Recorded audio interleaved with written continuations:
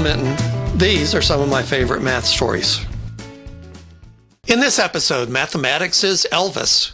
No, not that Elvis. This Elvis, a Welsh corgi who became a celebrity in the mathematics community. Elvis is known as the Calculus Dog, but the insights into animal intelligence are more important than the calculus details, which you may safely ignore if you're not familiar with calculus. The story starts with math professor Tim Pennings and Elvis enjoying time on the shores of Lake Michigan. Elvis loved retrieving balls and sticks, whatever, and Tim would toss a ball into the lake for Elvis to retrieve. Having taught a particular type of problem in calculus class that day, Tim noticed that Elvis was, in fact, illustrating the solution perfectly. As shown in the illustration, Elvis starts on the shoreline and wants to retrieve the ball as quickly as possible. Welsh corgi legs are not very long, so Elvis's swimming speed was slower than his running speed. The shortest distance to the ball is a line, but swimming the entire way would be slow. Instead, Elvis should run part of the way and then swim the rest. A standard calculus problem lets us compute the optimal place for Elvis to enter the water. Tim noticed that Elvis was in fact running down the shore and then jumping in at an angle that looked fairly optimal. Intrigued, Pennings brought out some students to measure distances and Elvis's entry points, and they found that Elvis was consistently within a foot of the optimal entry point. Pennings wrote up the results and the surprising fact that the solution is independent of the distance z along the shore in a mathematics journal, and Elvis had his first hit. The extent of Elvis's fame became apparent later when the same journal published an article by French mathematicians Perroquet and Gallego suggesting a mechanism for Elvis's solution of the problem. Instead of making a global calculation converting the distance of the throw into an entry strategy, they showed that the solution could be reached locally by always making the most progress to the ball. At the beginning, running gets him closer, but eventually running makes little progress to the ball, and he should swim. Pennings countered with news of his latest experiment. With Elvis already in the water, he would throw a ball some distance away. If the throw was long enough, Elvis would swim to shore, run along the beach, and then hop back into the water. Swimming away from the ball initially did not optimally decrease his distance to the ball, so Elvis was doing a more sophisticated calculation than Perroquet and Gallego had suggested. I was always on the lookout for new calculus problems, and the original Elvis problem gave a charming upgrade to a stale old classic. And then the follow-up problem of starting in the water was new and interesting. It involves two variables. If Elvis swims to shore, where on the shore should he swim to? And then where on the shore should he jump back in?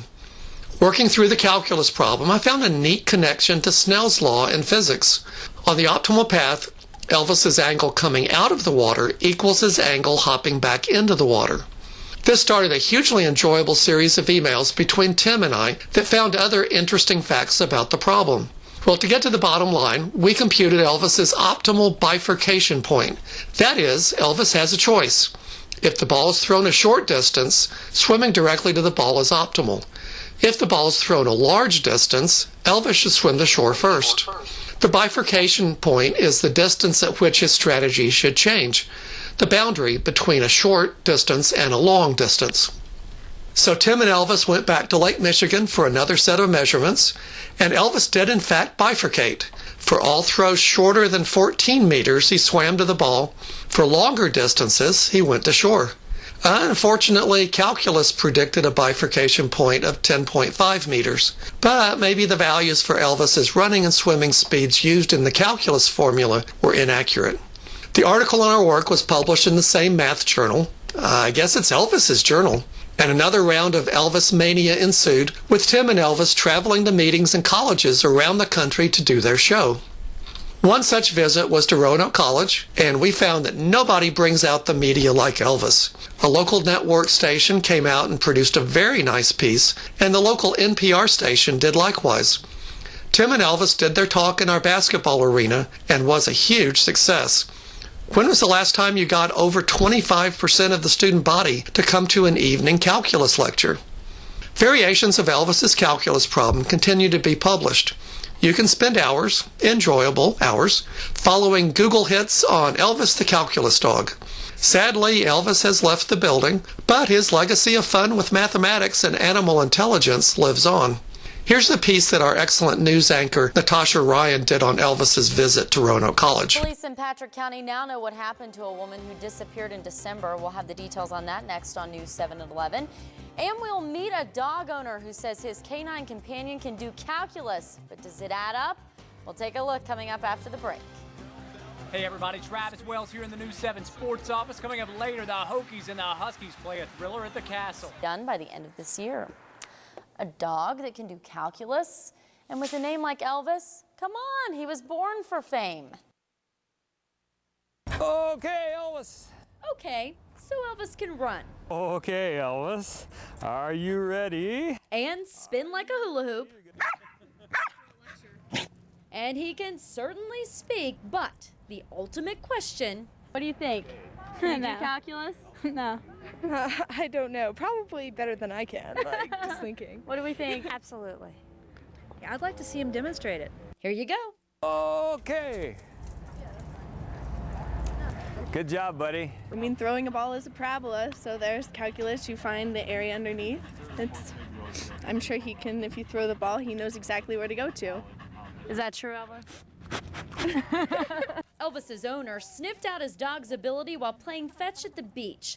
Dr. Tim Pennings, a mathematics professor at Hope College, noticed his dog had mastered finding the optimal solution, meaning once the ball was tossed into the water, Elvis realized he runs faster than he swims. So he knew to run down the shore and then cut in at an angle. And I did all the calculation using calculus to figure out exactly where he should jump into the water, and it turns out that he jumps in at just the right spot, within about a foot of the right spot each time. The pair have since traveled the country, visiting schools and attracting media attention. Pennings even co-authored an article with Roanoke College professor Dr. Roland Minton. Do you think every dog has that natural knack, or is he special? I think probably, even though Elvis wouldn't want to hear it, he's probably not all that special. Probably other dogs do it as well. He just happens to have a mathematician as an owner that happened to catch on to it. You're right, Dr. Pennings. Elvis doesn't want to hear that. Are you the smartest dog? The two spent the night demonstrating Elvis's ability at the Bass Center at Roanoke College. You don't have to be good at calculus, it's simple subtraction. We're getting much colder tonight. Here again, meteorologist Jay Webb. Shaving off several degrees.